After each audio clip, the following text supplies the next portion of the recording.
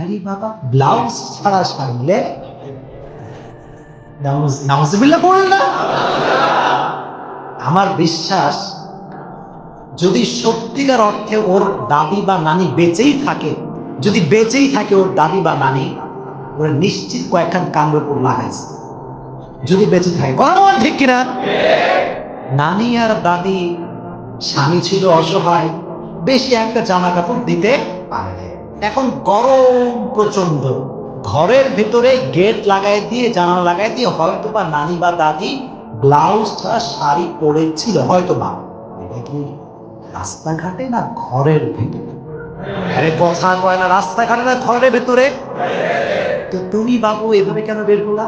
তুমি কেন বের হলা? কি রে বাবা রে বাবা, কি মানে, আগেই পড়েন নামাজ। এটা যদি আমি এখন বলতেছি তো আবার দেখবেন কমেন্টে লিখে, তাহলে হুজুর আপনিও দেখেছেন তাই না?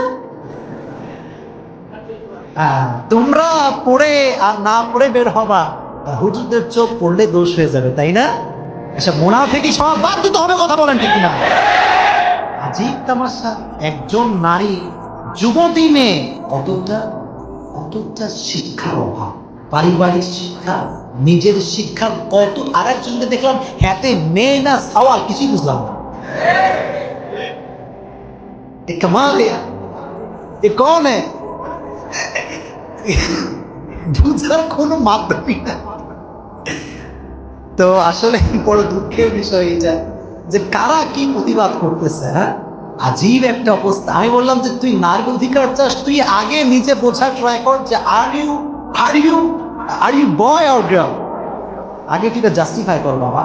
হ্যাঁ রে আল্লাহ, জিন্সের প্যান্ট আর টি শার্ট পরে বলতেছে যে আমরা নারীর পোশাকে স্বাধীনতা চাই।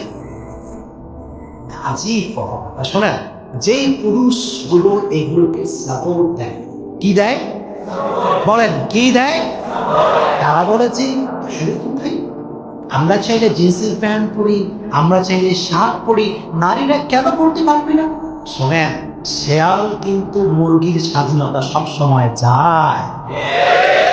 শেয়াল চায় যে মুরগি ছেড়ে দাও, আমি আছি, আমি আই উইল প্রোটেক্ট হিম, আমি বাঁচাবো, কোনো সমস্যা নাই। শেয়াল যদি মুরগিরে পায়, ওকে ছাড়বে?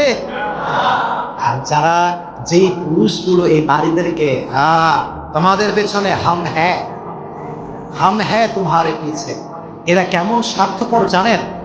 এরা যে শুধুমাত্র গরমকালে মেয়েদেরকে ড্রেসহীন দেখতে চায় তা কিন্তু না, এই পুরুষগুলো চায় প্রচন্ড কনকনে শীত, যখন মানুষ বস্তা গায়ে দিয়েও রেহাই পায় না, নিঃস্বার্থপর পুরুষগুলো তখনও নারীদেরকে বেহায়া উলঙ্গ দেখতে চায়। কথা বলেন ঠিক কিনা? নাস্তিকদের শিক্ষা, এখানে পা দিও না যুবক ভাইরা, তোমরা এখানে তোমরা পা দিও না। আপনি যদি ব্যাংকে যান, ব্যাংকে যাওয়ার পরে আপনি মনে করেন যে ব্যাংক থেকে প্রায় কত বড়, মনে করেন যে আপনি 10,000 20,000 বা 1,00,000 টাকা, মনে করেন এত টাকা আপনি নিয়ে আসছেন। মনে করেন ফর এক্সাম্পল এখানে 1,00,000 টাকা আছে, ফর এক্সাম্পল কত লাখ টাকা আছে?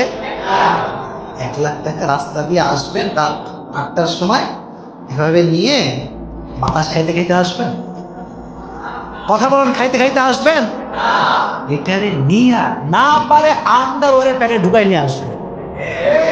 কেন? This is very expensive ma'am. তো দামি জিনিস, এটা যদি আমি এমনি বাতাস খাইতে খাইতে আসি, বাড়িতে টাকা নিয়ে দিলে হবে? আসতে বলে তারা হবে নাকি? দেখেন, যেটা বোঝাতে চাই সেটা হচ্ছে নারীর মর্যাদা, স্টেটাস, সম্মান দিয়েছে কে? বলেন, দিয়েছে কে? একটা দামি গোল্ডের চেইন যে দোকানগুলো থাকে, এগুলো কি খোলামেলা বাইরে রাস্তায় ফেলে রেখে দেয়, নাকি কাঁচের দেওয়াল দিয়ে রাখে? প্রোটেকশন আছে না নাই? মনে করেন একটা ডায়মন্ড রাস্তার জিয়া পার্কের সামনে ফুচকা দোকানে বিক্রি করবে, কথা বলেন করবে? Because this is very expensive. নারীদের মর্যাদা তো আকাশচুম্বী না, এদের সম্মানকে আল্লাহ আকাশচুম্বী করে দিয়েছে, সুবহানাল্লাহ পড়ে। আর তারা চায় ব্লাউজ ছাড়া শাড়ি পরে স্বাধীনতা। নাউজুবিল্লাহ পড়লেন না? বোন, আমি তোমাকে ক্রিটিসাইজ করছি, আমি তোমাকে আই রিয়েলি রেসপেক্ট ইউ, আমি প্রচন্ড পরিমাণে সম্মান করি বোনদেরকে। আপনারা সম্মান করেন কি করেন না? আরে ভাই বলেন তো, করেন কি করেন না? তাহলে যেই মেয়ে আল্লাহর উপরে ভরসা করা বাদ দিয়ে এই যে নারীর পোশাকের স্বাধীনতা যেই মেয়ে খোঁজে, সে কি আদৌ আল্লাহকে ভরসা করতে পেরেছে? আরে নাই। আল্লাহ তাআলা আমার বোনদেরকে এই ফিতনার থেকে বাঁচায় দিক, পড়না আমিন।